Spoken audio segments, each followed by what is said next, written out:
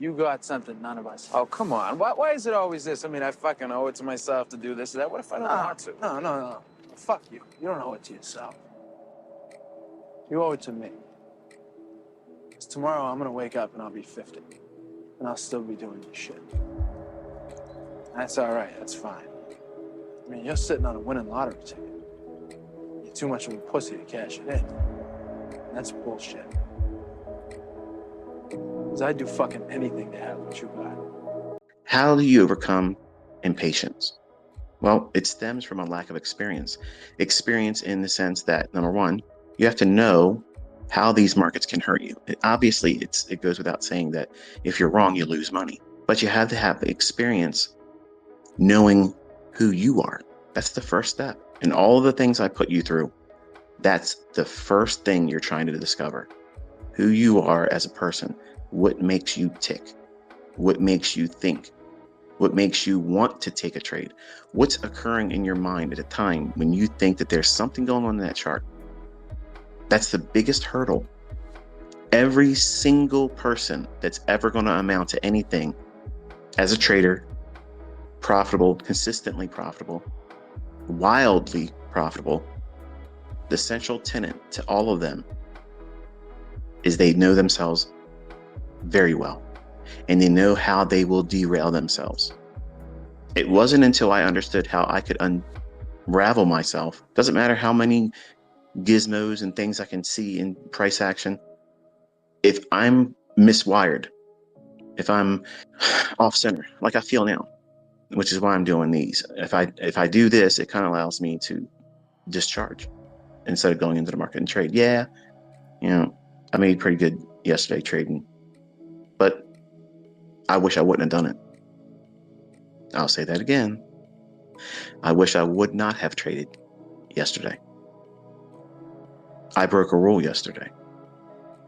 And while I left with something, the win doesn't outweigh the fact that I know that I did not follow my rules. And I feel guilty. I feel like my hands are dirty. One of the weirdest things you're going to encounter is you'll think when the market's being held in consolidation, you feel like you're going to know how it's going to break out. And you start anticipating, yeah, I think it's going to go up there. How do you know that?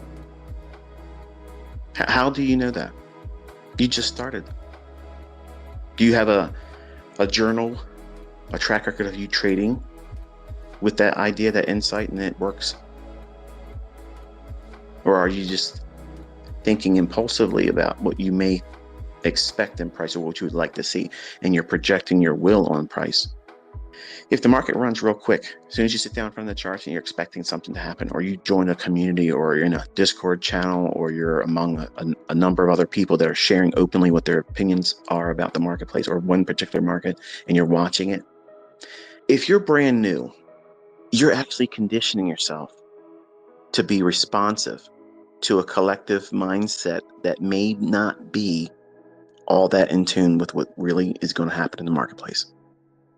In layman's terms, you're hanging around in a mob and you're thinking only based on what the collective mob mentality is going to say about that market. And if you've never paid attention to it, just watch and see how the ones that come out openly and say, yeah, I think the market's going to go up. I think the market's going to go down. That's why I love going into the handful of live streamers I like watching. And this is the only reason why I like watching it. I want to see what their audience thinks about the marketplace. I want to see how the sentiment shifts in their chat window if they make it available. Or I want to hear how they themselves, the presenters, think. If they start talking very dogmatic about how they know it's going to go up there, it's just going to have to do this. And if I see a setup, I know I got a 99% likelihood I'm going to make money there. I'm not watching other YouTubers to learn anything. I want to see what a retail trader's mindset is about the market at the very time I'm anticipating my algorithm to spool a specific direction. The absolute worst thing you could ever do to stifle your proper development is to be part of a group of people that are going to inspire you to do things many times after the fact. You're looking for a hand-holding experience versus how I'm teaching you. you're going to walk alone. But the next thing is impulsiveness. If you're an impulsive person, what you're doing is you're showing signs that you have a lack of knowledge of price. So the normal progression is, while a trader starts this journey, the thing they overlook first and foremost is they themselves. Once they get a better grip on who they are as a trader, and they feel like they can conquer themselves in the personal sense, that doesn't mean that they have conquered the uncertainty about what price does generally. What separates me and our community from most others is when we talk about price, when I'm referring to price, I speak from a position of authority, authorship. This is what my algorithm's going to do. This is what it's been coded to do. This is what it's going to deliver. Just watch.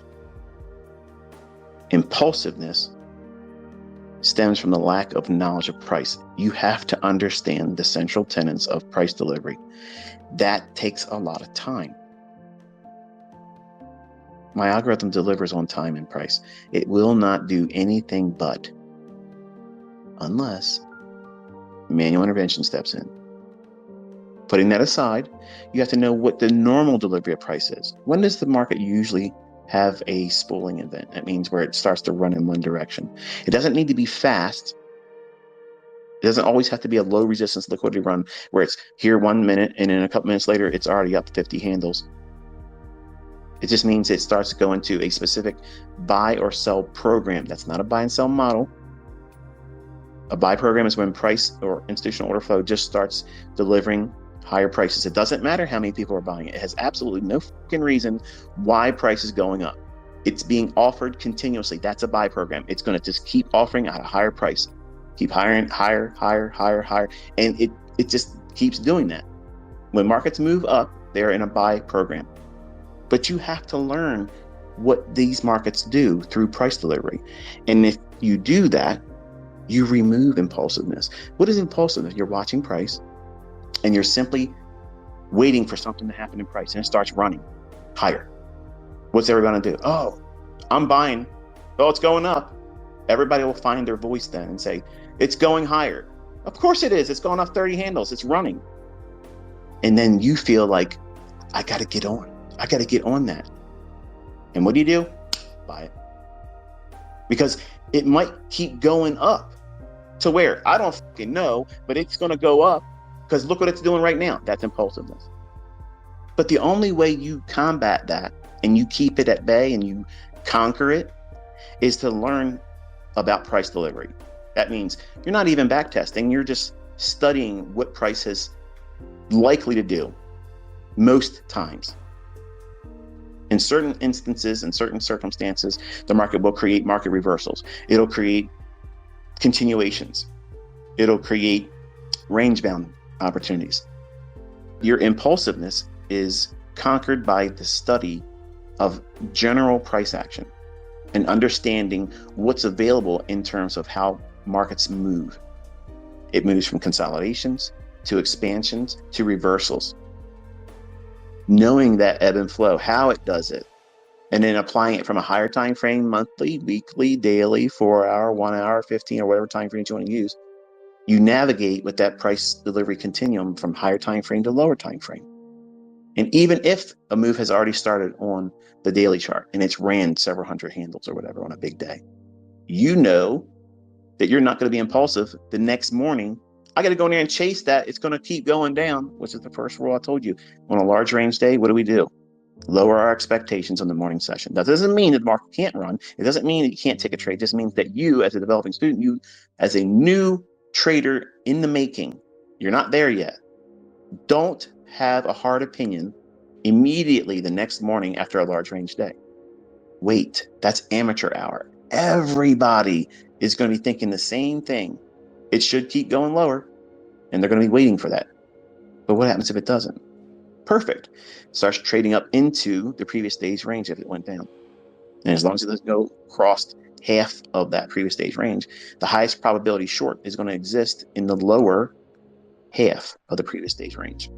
And if it can't get 1/4 into it from its low, and it starts giving you a breakdown in market structure on lower time frames, you have all of the hand that needs to be shown to you at the poker table that this is what the market's about to do. Then it will go lower. It's going in to price in a short-term premium. Then you wait for a shift in market structure, which is not a break in structure, it's a shift in market structure. When there's an established bias or an order flow or a sell program that's entered into the marketplace and it's been going lower, when it moves against that, all you're doing is building a short-term premium. And then you're going to wait for the market to shift back into a sell program. It's not a break in market structure. A shift in market structure is a continuation of the existing narrative and or buy or sell program. That's it. That's the definition. So the next tenet is fear. Fear is the lack of journaled case studies. You're fearful that this isn't going to work. How do you get over it? By backtesting and journaling case studies of what you are expected to do when you're trading live, what you're trying to see in price action. And that way you see how many times it works. How many times did it fail?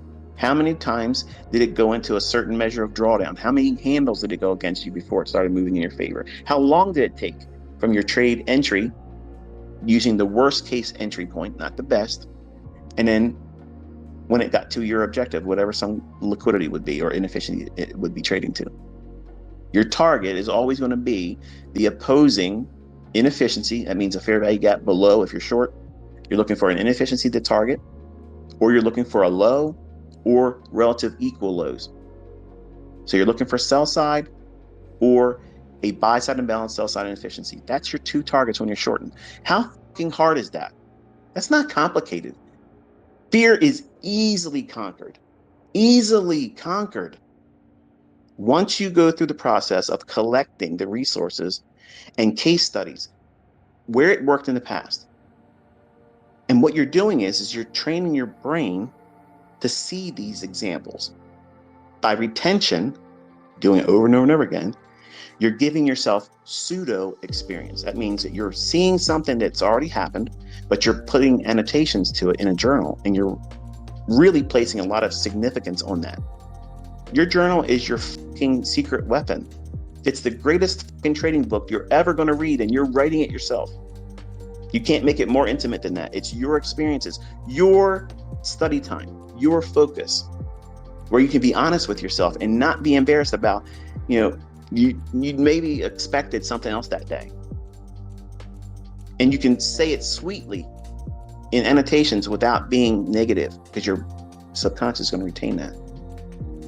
Your subconscious doesn't remember things vaguely. It doesn't do that. It records things that are heightened, whether it be euphoric or fearful, extremely pleasant or painful, inspirational, desperation. There's no middle ground in your subconscious. Everything is reactive by black and white, good and bad. It's just the way it is. So you have to take that into account when you're training your brain. And this is a very integral part to learning how to do this. You have to condition yourself. That's why you can't do it in a very short span of time. Your brain is extremely complex. It's extremely powerful. And if you feed it the wrong things, it will scare the living shit out of you, and you'll never learn how to do this. Stop forcing it. Stop rushing it. It has to be meditative. It has to be something you do as a daily ritual, even on weekends. You have to feed your mind constructive, positive learning case studies where you see these things happening in the past. You're fearful that it's not going to work for you because you don't know what the fuck you're doing. That's all. That's all it is.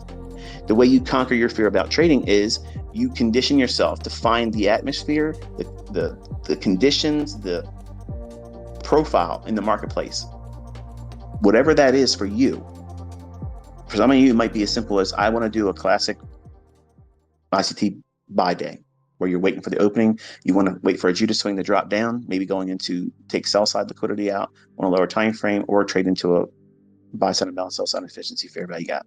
And then you're buying that with the expectation you're going to hold it for the entire range, and you'll get out in the last hour of trading. And you're going to wait for instances where that can manifest itself in price. It won't be every day, but you're okay with that because you're not out there trying to impress everybody that's day trading as you being an everyday trader, which rolls us into greed. Greed stems from the lack of trust in yourself and or your model. Wait a minute, how can that be? If you're greedy and you're saying that I'm greedy because I have a lack of trust in myself and or my model, how can I be greedy? Because you want a lottery mindset. You think that this stuff works, yes, but it just might be the day that you go in there and try to do it, it might cause you losing money. It may cause you losing peace of mind. It may cause self-doubt. And you may blow the account. And you'll hear people out there that never show you that they make money. They'll tell you, you got to push your edge. When you're making money, you got to push your edge. Keep going in, keep going. No. I teach plateaus. So when you're climbing your equity curve and you're getting in, you're trying to find profitability and consistently profitable, each day, in the beginning, you think, I want to make this much money every single day, this percentage every single day. And when I'm winning and the market's still running, don't go back in thinking, I got to get some more out of that. Your model says, be done. You don't trust it. You think if you don't push my edge, get in there and do as much as I possibly can because the market's really running, you're losing sight. And you're pushing your entire career into one trading day. That's greed. That's the only reason why that happens. Greed. You think that you're going to make so much more. And that one moment in time, you're thinking to yourself, this is the one that puts me over. You're fucking trading with nano lots. You're trading with micro lots. You're trading with one mini. Your life isn't changing. Okay. You're not retiring. You'll still see Carl tomorrow. Don't let this stuff mess with your head, thinking that you have to do something over leveraged, over trading, doing more than what's necessary. Your model says, take the trade when it gets to your target, be done, be content, close the charts, and then refer back to it at a later time when you wouldn't be trading it. Wow, what you just learned here could change the whole approach to trading. Are you ready to take the next step? Your next big insight is just one click away.